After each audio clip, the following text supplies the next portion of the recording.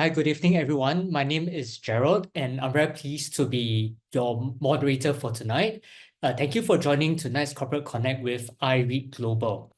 This webinar is organized by SIAS and supported by the SGX Group. We're also very pleased to have with us tonight the audience from Moomoo Live. So with us tonight would be the management of IREIT Global. We have with us Mr. Louis, who is the CEO of IREIT Global. We also have with us Ms. Anne Chua, the CFO of IREIT Global, as well as Mr. Kevin Tan, the head of IR and Capital Markets. For those who might not be familiar with IREIT, IREIT Global is a Singapore-listed real estate investment trust that invests in income-generating assets in Europe.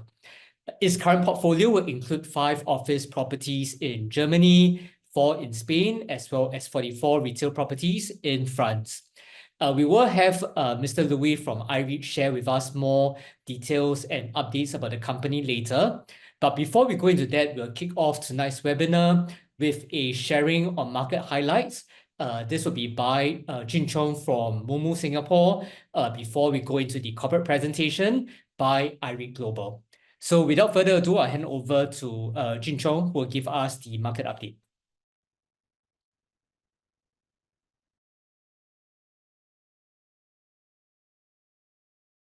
Okay, thank you so much, Gerald. I hope everyone can hear me and see the slides. So thank you everyone for coming. Good evening to everyone for coming down today for this Corporate Connect session. My name is Cheong. I'm part of the dealing team with Moomoo Singapore. So thank you so much to SIAS for organizing this event, as well as to the IREIT Global Management team for being here tonight.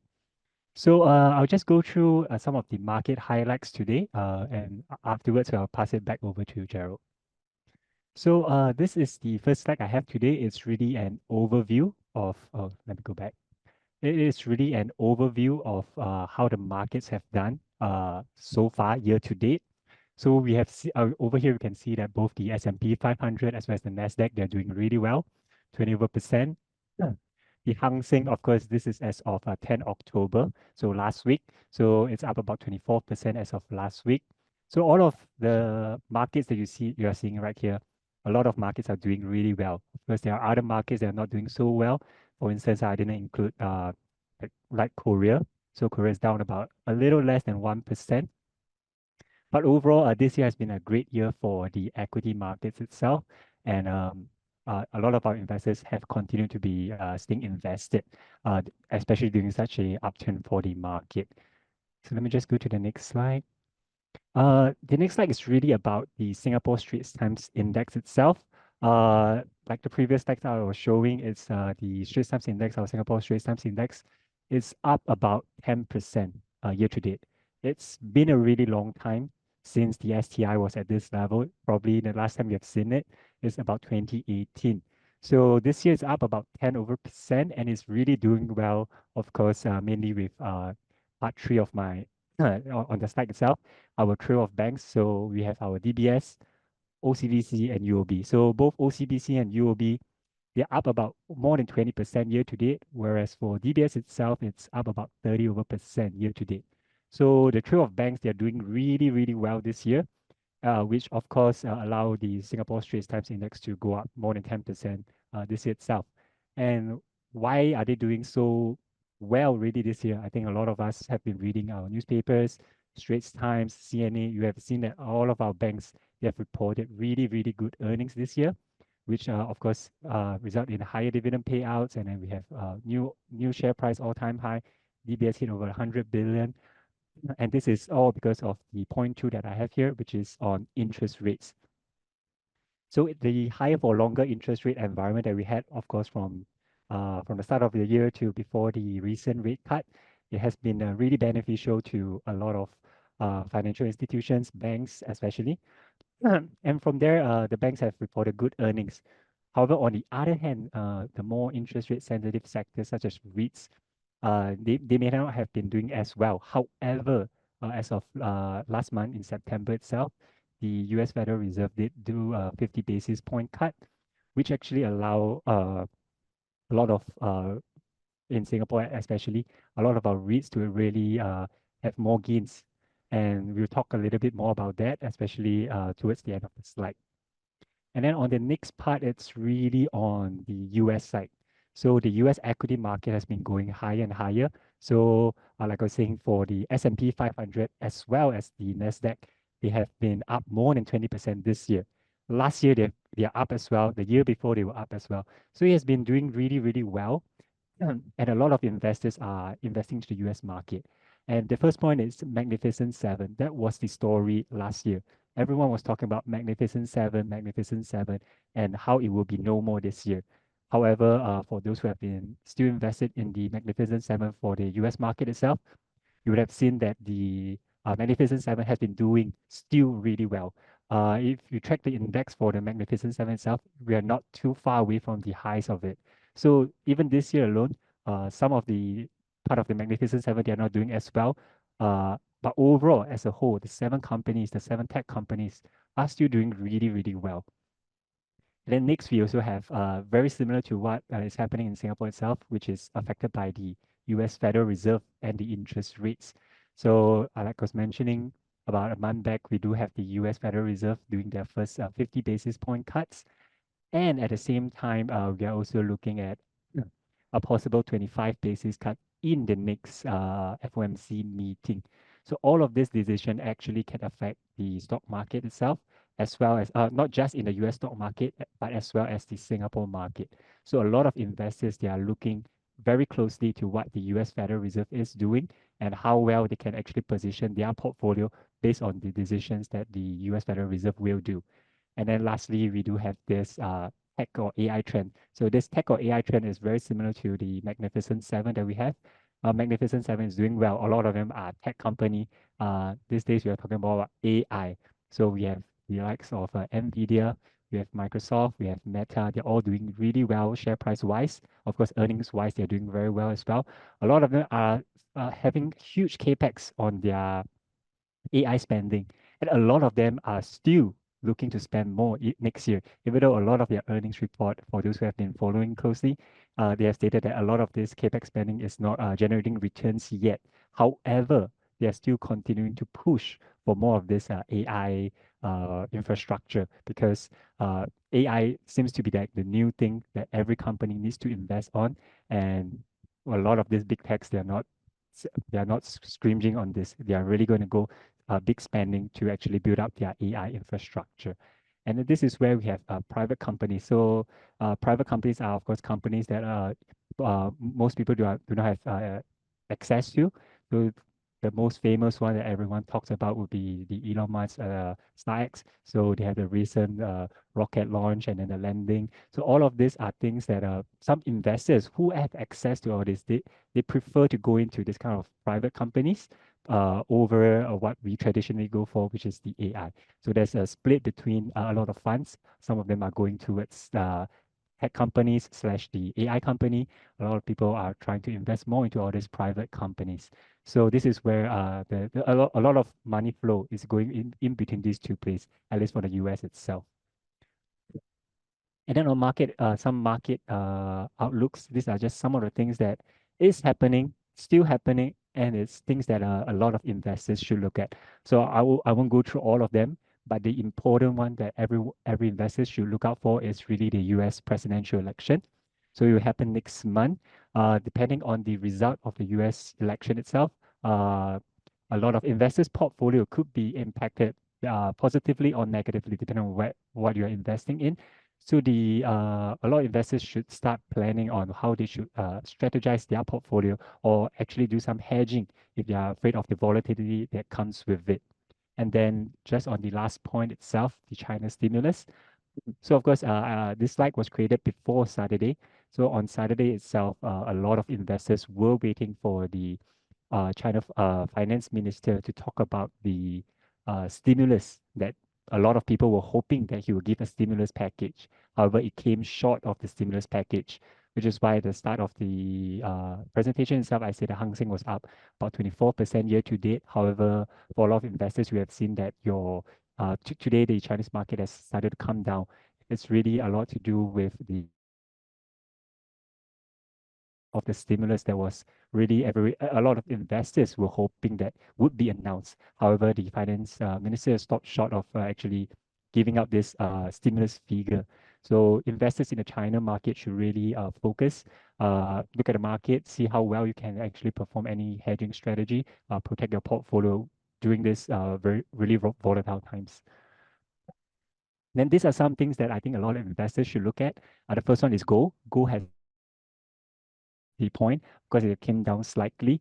Gold has been a natural hedge against inflation. So later on, talk a little bit about inflation on the Singapore side as well. But gold hitting 2,700 range, it's a psychological sign that a lot of investors should take note of because it has hit this high and will it continue to go higher. It's really dependent on things such as on my previous slide, the current Israel-Hamas conflict as well as the Ukraine-Russia war. So a lot of these are creating a lot of uncertainty in the market, which is allowing the prices of gold to continue to climb higher and higher. And at the same time, because of the ongoing conflict, we are also seeing oil prices coming higher. So oil prices affects all of us in terms of inflation.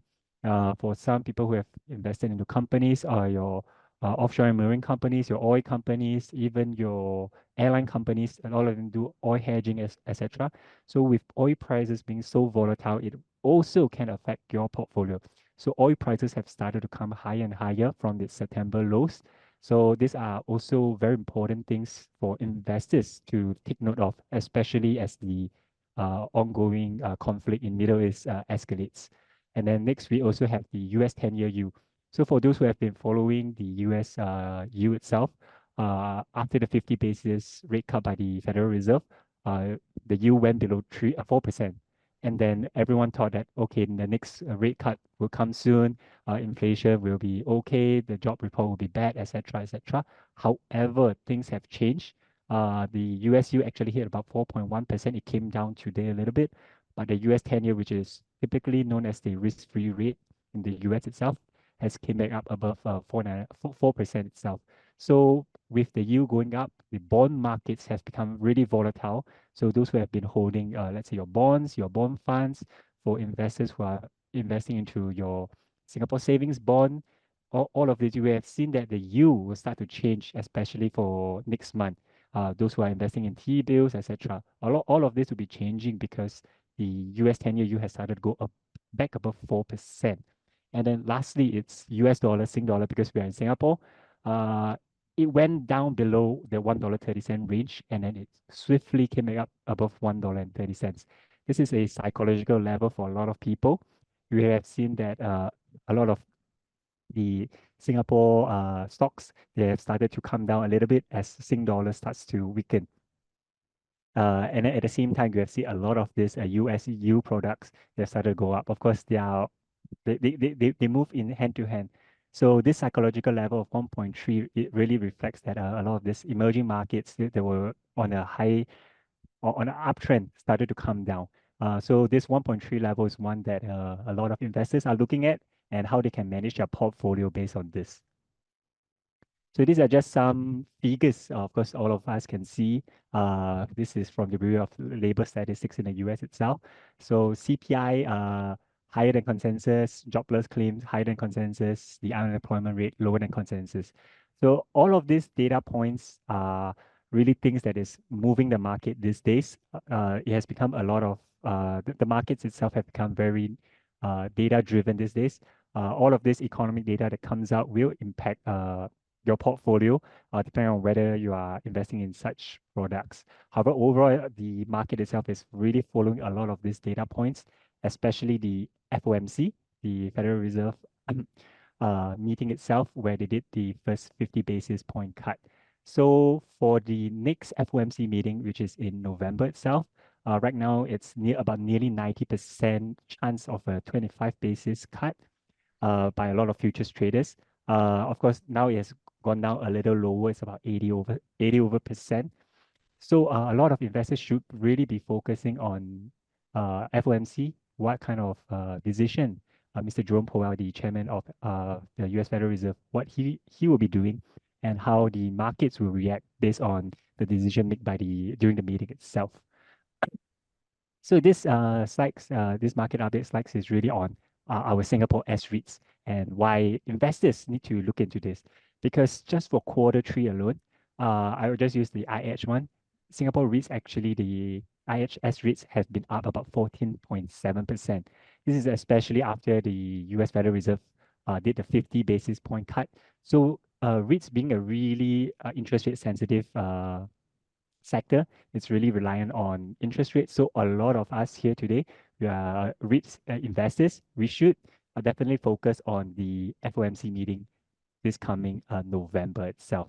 And then just to add on, the last one is about about 850 million net inflows by us retail investors. So this is a huge amount. We are doing even higher than the institutional investors for Q3 itself. And then this is just my last slide, why we should continue to really invest in Singapore. Especially this year, we have about 10% gain in the STI. So these are just some of the reasons that people should start to think more about the Singapore market, stay in the Singapore market. It's really because Singapore is really stable, our currency is good, and then infrastructure is also really good. And with that, I end my market updates highlights and pass over to Gerald. Thank you, Cheong. So having heard about what some of the reasons are to be investing in the Singapore market, we will have next corporate presentation by IREIT. So with that, I'll hand over to Mr. Louis, who will share with us some of the recent developments of the REIT and what the outlook might be for the company. Over to you. Good afternoon, everyone. Very happy to be with you today. So, as a quick intro, and Gerald just, mentioned that just before, but, IREIT is investing purely in Western Europe. So that's our main focus. We have properties in Germany, in Spain and in France, on the office, but also on the retail side. We have 2 joint sponsors, which are TKO Capital and City Development Limited. We'll give you a bit more details about at least TKO Capital that you may not be familiar with in a few minutes. If we go on the next slide, that's just a snapshot of the properties. We've got here, you can see we've got this office asset in Germany, in Spain as well, and in France we've got retail shops. We've got Decathlon brand 27 properties that we bought in 2021. We've been able to increase rents by 17% since acquisition. And we have also a B&M portfolio, which is a hard discount retailer that we acquired last year, and it's an additional 17 properties. So now the portfolio value is at 855 million euros, and we have over 100 leases. Because the strategy of the fund is really to continue diversification of the portfolio by increasing the number of tenants and properties. And we have an occupancy rate which is close to 90%. If we go on the next slide, that's just a track record just to give a sense to investor of all the past of IREIT. It's been listed in 2014. At that time, we had 290 million euros of assets. Now we are at 855 million euros. All this journey has been able to be achieved thanks to several capital raising that we've done over the last 3 years, and we've raised over 345 million Sing dollars. Enabling us to do the acquisition of the Spanish assets and of the French assets. We have also, cost of debt, which is extremely low at 1.9%, with 97.1% of the borrowing, which is fully hedged. If we go on the next slide, and that's one key positioning of IREIT, is that we've got 2 sponsors. Usually, when you look at a REIT, you've got only 1 sponsor. Here you've got 2 sponsors which are extremely complementary.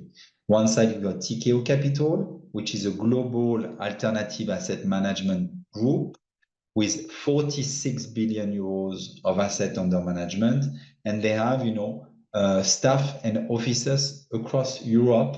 So to manage the asset, we can leverage on the expertise. Myself, I'm actually based in Europe, so like that I'm very close to the asset. And we have also City Development Limited, which I do not need to present, but is also a key investor. And if you look at, on the next slide, you can see actually here what is the split, but you've got, TKO and CDL, which are almost owning 50% of the REIT. So again, what is important, and especially in this kind of environment, as it was explained, just before, where, there is volatility, things that are happening and which were not, always planned. You have, a strong alignment of interest between the sponsors because they have what we call skin in the game. So important to ensure that there is a strong alignment of interest between the sponsors and the any unit holders. The strategy of IREIT is actually based on 3 legs. The first one is about the strategic investment. So acquiring more and more properties with blue chip tenants in established countries in Europe. So I would say Western Europe, where there is bigger or most liquidity for the assets. And we have, started and initiated this diversification strategy in 2019 by the acquisition of the Spanish portfolio. So acquisition is one part of the strategy. But the second part, which is also very important, is the asset management, is, making sure that in the existing portfolio that we're having, we are creating value. And we'll see just later on afterwards what we are planning to do on the Berlin property. Last but not least, on the liability side, is making sure that we've got, a prudent capital management by, having several types of financial sources, which can be, debt, but also equity, with an appropriate use, and ensuring that, you have got a low cost of funding overall. And for instance, the hedging that we put in place several years ago enabled us to benefit from a significant reduction in our debt cost. All this enabled us afterwards to create value and a sustainable distribution for the unit holders. If we go on the next slide, it's also something which is important to us. And in terms of value creation for the unit holders in the future, this is our commitment to ESG. ESG stands for environmental, social, and governance. So we've got, most of our property, 36 out of 37 assets, which, we exclude the B&M portfolio, which is currently going through this certification mechanism since we acquired it just a year ago. But, most of our property are green certified. You see, they get a label. So it's really, really important, this. Social, the team is extremely active in volunteering works and CSR events. And governance, obviously, is very important for us to ensure, having a structure which is transparent and clear for any unit holders. So we have just been ranked 26th in position in the Singaporean Governance and Transparency Index in 2024, but also we have been awarded with a Silver Award for the best investor relation in 2024. So again, some proof that the structure is transparent, and we are working to make sure we deliver a strong governance for the REIT. On the key highlights, we have published, last time we published some financial performances. It was at the end of first half 2024, so end of June. We have reported a significant increase in net property income by almost 23% year on year, obviously mainly due to the full contribution of the B&M portfolio that we acquired in September last year, but also the benefit of Darmstadt campus, which is an asset where we are increasing, the occupancy rate. So very good news, because additional income coming from the office properties and from the retail properties. We have also received some one-off payment from one of our main tenants in Berlin. 4.9 years, which is the second KPI, which is indicated here. It is actually the average lease length before, expiry of the lease contract. So we take all the lease contract there, and we see more or less what is their length on average. And here we have a length of 4.9 years, enabling us to have visibility on the cash flow. And it is actually, a number that remains stable since Q3 2023, you see, because we've been able to renegotiate, regearing new leases. So like this, we've got, visibility on the income. Aggregate leverage, which is the third KPI here, very important as well, 37.2%. We see some numbers afterwards, but, it remained pretty conservative or low, let's put it this way, low compared to our peers. And it has actually improved since December 2023 because it was at 37.9 there, and we've been able to reduce it to 37.2. And last but not least, a low cost of debt of 1.9% that I've just mentioned before. So strong KPIs for the REIT. Here, the repositioning of Berlin campus, which is, one example of an active asset management to create and enhance the value of the portfolio. This is, an asset, office asset with one single tenant, and we are just about to reposition this asset into a mixed-use, multi-let property. So in other words, we'll be able to put some hotels into it, and we're going to keep some office into it. And so that's what we are doing. We have submitted the planning permit a few weeks ago, and just to be here on time to launch the works beginning of next year. If we go on the next slide, and again, that's just, an overview of the portfolio with main numbers from that was put before. But if we go on the next one afterwards, which is just a view on the existing, on the main tenants. So again, what is important to us at IREIT is to have blue chip tenants, is to ensure that we've got, strong tenants that, are able to pay their rent, which has been always the case, and always during, COVID period. So 100% of the rent has been paid. But we have, thanks to, having strong brands such as Deutsche Telekom, Decathlon, B&M, Allianz, all these big brands. And here again, if you look at in 2029 and beyond, so on the pie chart, on the bar chart on the right-hand side, you've got, over 61% of the lease, which will only expire after 2029 included, you see. So again, strong visibility on the cash flow, and that's something that unit holders should look at. If we go on the next slide, continuing, on the active asset management in German properties, we've been able, to sign new leases on Darmstadt campus, 3 new leases, and we have, further initiative to increase the occupancy rate within the next 6 months. So, very good visibility on that. Berlin, we just mentioned that before, but we are, repositioning the property. We are in discussion, advanced negotiation with 2 hotel operators to sign 2 20-year lease agreements. So 20-year lease agreements, So in terms of visibility, again, on the income, that is something which is important and that we want to provide to our unit holders. In the next slide, that's more, highlight on the financial performances, but we've been able to increase, the income to be distributed to unit holders by 3.9% compared to first half 2023.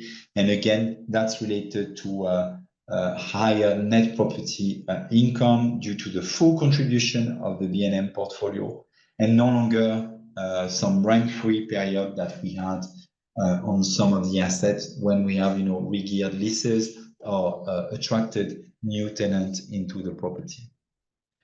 If we go on the next slide, That's the financial position. I think this one is pretty interesting on one aspect, which is, if you look at the NAV per unit, between June and December 2023, it remained pretty stable. It has decreased only by 3.3%. The main driver here is obviously, the valuation of the real estate assets. And I think, from what we see on the market currently, we consider that, the impact of the interest rates rising, of the economic slowdown and all that should be behind us, meaning that, the main drop in terms of valuation has already occurred. So I think, that's a general consensus that people are having here in Europe. So, these numbers, in a way, just highlight that it seems that, valuation of the portfolio has actually bottomed now, and we should see, some, hopefully, some growth in the coming months. On the gearing, because obviously that's something which is as well extremely important, and that was, the third leg of our strategy, a prudent capital management. Currently, as of June 2024, the weighted average debt maturity was slightly over 2 years at 2.2 years, with interest coverage ratio over 7 times, a weighted average interest rate at 1.9%, an average aggregate leverage at 37.2%. And if you compare that to the aggregate leverage on all the REITs, it's actually much lower than overall S-REITs, but even lower than the office S-REIT, which stands at 43.5%. So that's something, which is also very important. It's not only, the performance of the assets on one side, but it's also how you manage the capital and your debt cost. So looking ahead, I think, on the macro side, we consider that things have, in a way, stabilized and remain now below, the 10-year range in terms of office investment, in terms of letting. So we should see, some positive news coming up on that front. You may have seen, recently in the news, it was 3 weeks ago, but Amazon CEO was actually requesting that all his employees are back to the office 5 days a week. And in a way, that's a trend we're seeing back here in Europe, meaning that there will be some need for office space. So that's something we consider should able to support the take-up and the needs for office space. The retail has also remained resilient. We have seen across our portfolio that turnovers, have increased. So that's something which is very positive. And we see as well on the macro side, a lower inflation, rising, real wages, and an additional, interest rate cuts that should support the open recovery. So in a way, we consider that we should have, some positive signs coming up in the next months. On the portfolio itself, and the portfolio will benefit from this, and is already benefiting from this positive news, but we'll continue, to focus on additional letting. We highlighted here in this presentation some initiatives that we made recently over the first half, additional letting in Darmstadt, in advance, discussion in Berlin. So we, continuing working on the letting side. And I think, from a strategic point of view, for IREIT, the idea is obviously to continue, as I was just mentioning, securing new leases and improve IREIT's occupancy rate, but it's also continuing focusing on building a diversified portfolio across, asset classes and countries to deliver, a sustainable return for the unit holders, and obviously while at the same time maintaining a healthy financial position and debt profile. So that's really the things important, ensuring that we have an active asset management to increase occupancy rate. We have strategic acquisition to increase diversification and to maintain a healthy financial position. And all that, again, enable us to create value for the unit holders and to maintain a sustainable DPU.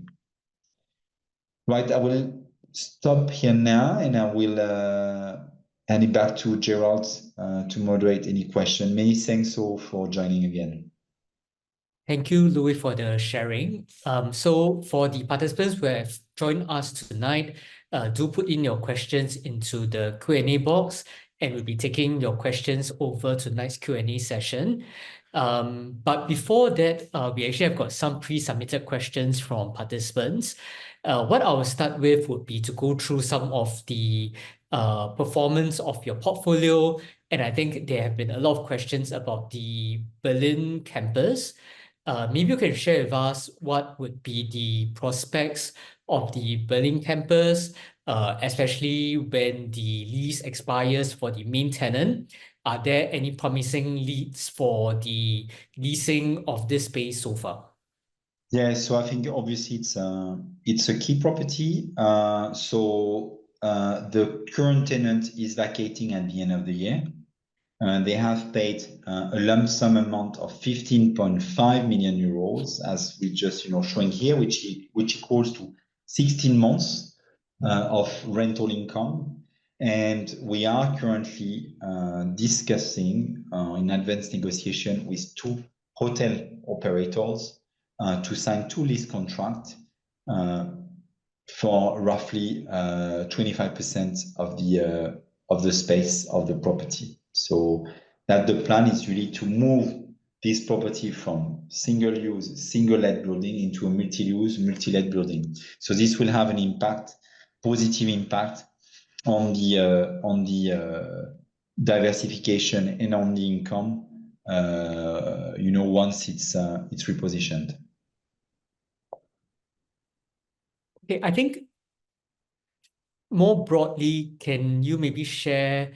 I think there's a perception that the economic prospects in Europe may not be as positive compared to maybe what we see in the US. How has that actually affected demand for some of your leasing activity?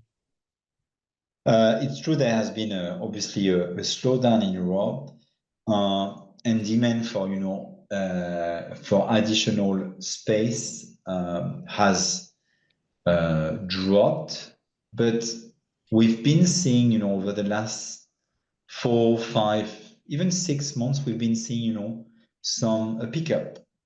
So there's been an increase on the letting side, and just one consequence of that is what we've been able to do on the Darmstadt property, where we have signed already 3 new leases. So that's exactly an example of things we were not able to do 12 months ago, attracting new tenants into this property. So it's taking time to go there, but we are planning to get 50% of occupancy within the next 6 months at least, you see. So we're creating additional income for the unit holders. I guess related to that would be one of the trends that you mentioned earlier around work from home. You cited the example of Amazon and how there's now increasingly a trend towards going back into office. Maybe you can share how has that trend impacted you over the last 1 to 2 years, and how do you expect that to change with this gradual going back to office trend that we see? I think, there has been a wait and see. There has been a wait and see period after COVID. After COVID, for 2 years, people and companies, they were waiting to see how to manage their staff. It's, if work from home was actually efficient, how to modulate it, you see, because the truth might be that it might be a mixture of both, you see. So before changing the way they were organized from, let's say, a premises point of view, they wanted to first analyze how their team are performing within this work from home environment.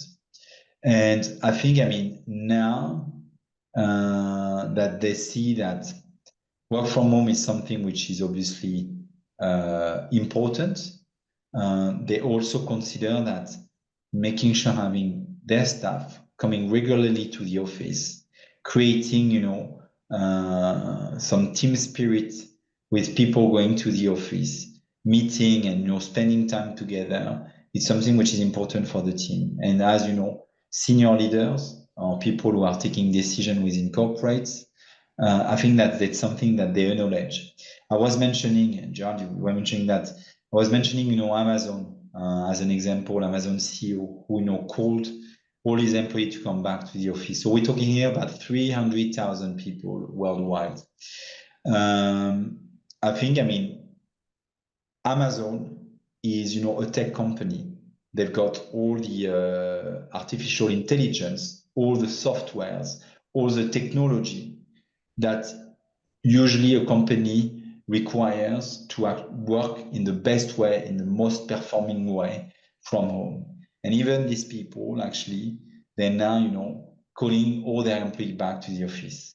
I'm not saying they would do, all companies would do so, you see.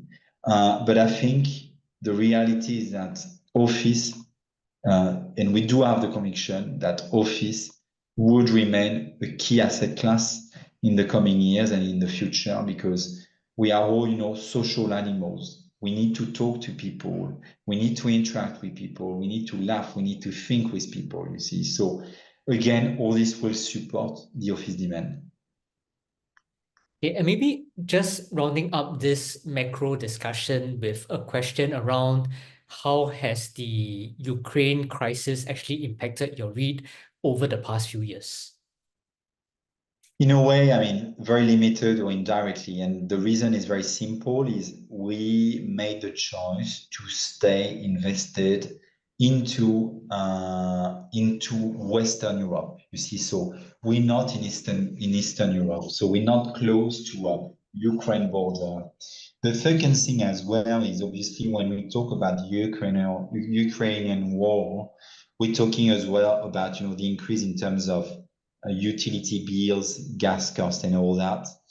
And what is important for investors to know is that all these costs are borne by the tenants. So in other words, all utilities costs will remain or remains with the tenant, and it's not the REIT which see additional costs on its side, you see. So that's something important.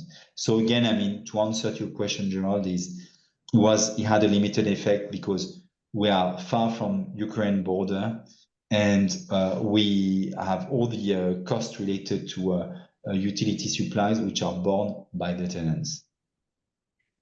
Okay, and maybe with that, I'll jump to a live question asked by Mr. Ng King Ling. His question is, which asset type is actually performing well in Europe currently? And would IREIT actually consider moving into some of these asset classes instead of just focusing on office, which is struggling with the occupancy rate? So, IREIT has diversified outside of offices in 2021 into retail. So 25% of the portfolio now is in retail. So retail is one asset class we do favor a lot, because retail has been through digitalization over the last 10 years. So what's happening currently on the office side with work from home Teams and, you know, Zoom and all this, you know, app enabling us to work from home. I mean, this happened with e-retail already on the retail side, you know, several years ago. So now you've got, you know, cap rates, which are very attractive on the retail side. So we consider that retail is still attractive and will continue to seek for additional opportunities on the retail side. Second asset class that we like, and obviously that's what we put here, but on Berlin campus, we plan, you know, to sign 2 hotels contract. So we will add, you know, some hotel income into the portfolio. So which we consider is also a very strong asset class currently in Europe.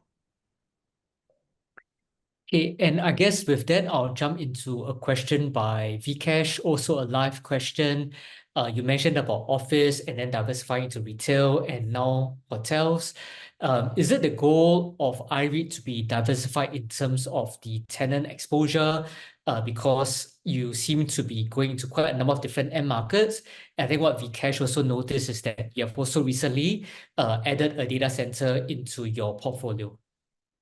Yeah, so we have added a data center because there was, you know, something which we consider interesting to add because it's, you know, on the lower level of the building. So that's the kind of things we can optimize the space. So we put a data center.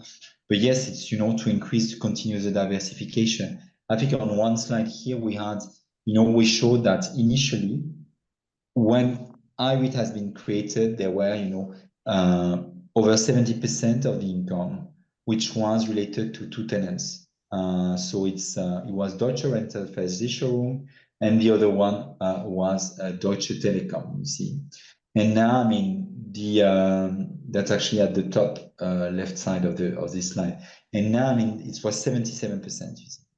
And now, I mean, this income is only 38%, you see. So the idea is really continuing diversification.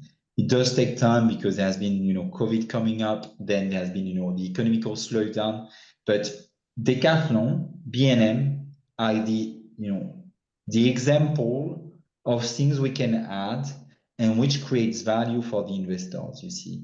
And just one example is that if you look at, you know, H1 this year, we have increased the dividend compared to H1 last year, you see.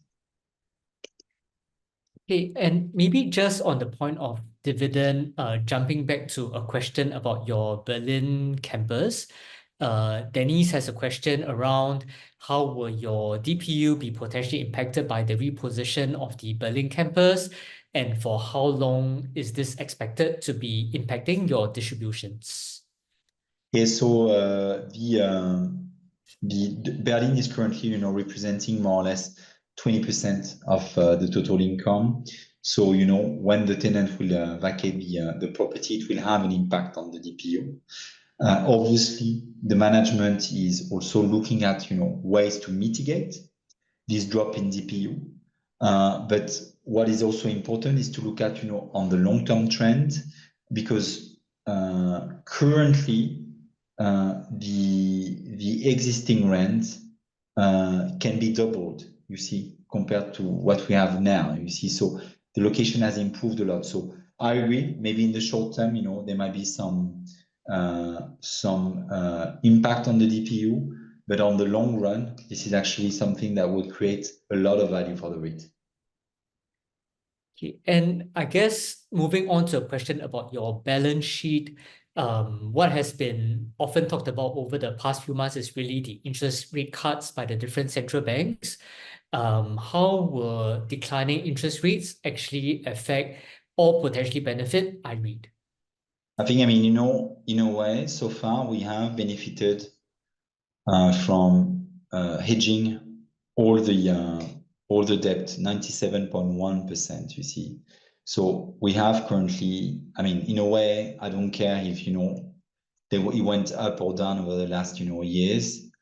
We have secured a cost of debt which is extremely low at 1.9%, you see. So we haven't been impacted by any interest rate rising over the last years and months. Okay, and I guess with that, we'll move on to the questions relating to your distributions. Quite a number of questions relating to that. Maybe you can share with us what has been some of the reasons that your distributions have declined over the years. What are some of the key drivers behind that, and how do you see that actually evolving? Yeah, and I totally appreciate that. So main drivers is, increasing occupancy, increasing vacancy in Darmstadt. So in 2022, end of 2022, the property which is actually just behind me, you see this one, which is an office asset in Darmstadt. This one has been fully vacated by Deutsche Telekom. But since then, we've been able to already, let 40% of the space, and we are confident we should get, 50% of the space to be let within the next 6 months at latest, you see. So this has positive impact on the dividend. The second thing as well, which had an impact on the dividend last year, is we have renegotiated some leases. So in Bonn, for instance, we have extended a lease contract, but when you do extend a lease contract, you actually grant some rent-free period or some, payments to the tenant to so that they can do some work in the property, whatever. So it has also impacted, but it was just one of elements, but it has impacted the DPU in 2023. And so that's why, again, all that was back in 2023. For the first half of this year, we have actually seen an increase in the income to be distributed to unit holders, you see. So here we're mentioning 3.9% increase, and that was related, to these new tenants that were secured in 2023. This additional income from B&M. So, all this had positive impact. Okay, and maybe also a related question on your distributions. This live question from Melvin. I think what he has noticed is that while you have been acquiring properties over the years, some of them appear to have a net dilution impact to your distributions per unit. Maybe not looking at it from a distributable income perspective. So how do we think about the REIT's acquisition strategy and whether they can potentially be accretive to unit holders from a DPU perspective? Yeah, I think you need to look at, again, things on the long term. I agree. It may have, a dilutive impact when you do, for instance, some equity fundraising, you see. And when it's dilutive, it might be dilutive for people who are not, investing or taking their pro rata. You see, if you take your pro rata, it's not dilutive, you see, because you would receive additional income on the new share that will be issued, you see. But what is important is as well is ensuring a diversification. So that's the first thing in the short term. So there's one thing which is the yield, but the other thing also is the sustainability of the yield, you see. So that's important, diversification. Then the second thing is, yes, you may have, dilutive impact in the short term, but what is important is to look at on the long term.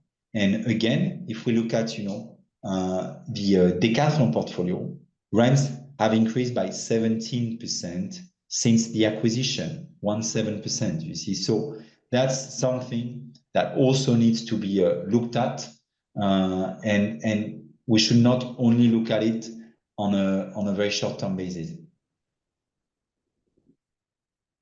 Moving from distributions to valuation, this is a question from Elvin. Elvin probably noticed that the REIT is trading at a discount to your book value. So his question is, what do you think is the reason for the market to attribute a low valuation for IREIT? And maybe related to that would be a pre-submitted question. What can potentially cause the REIT to trade then at higher multiples? So I think, obviously, the discount to NAV is, for me, there's two reasons. Obviously, it's, real estate. and in a market where there is some volatility on the interest rates. So that's the first thing. Second thing is the fact that the assets are based in Europe. And I think if we're looking at, other peers, they are also, trading with a discount to NAV, you see, because in a way, we don't know. I mean, there are limited transactions, so people are questioning the valuation, you see. So I think,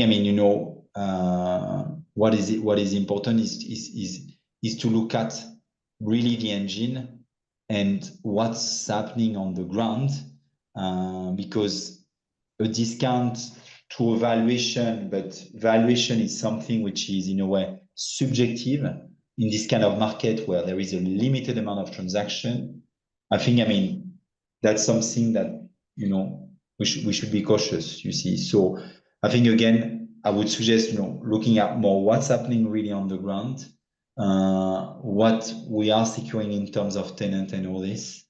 And then, the NAV or, the share price should recover from that.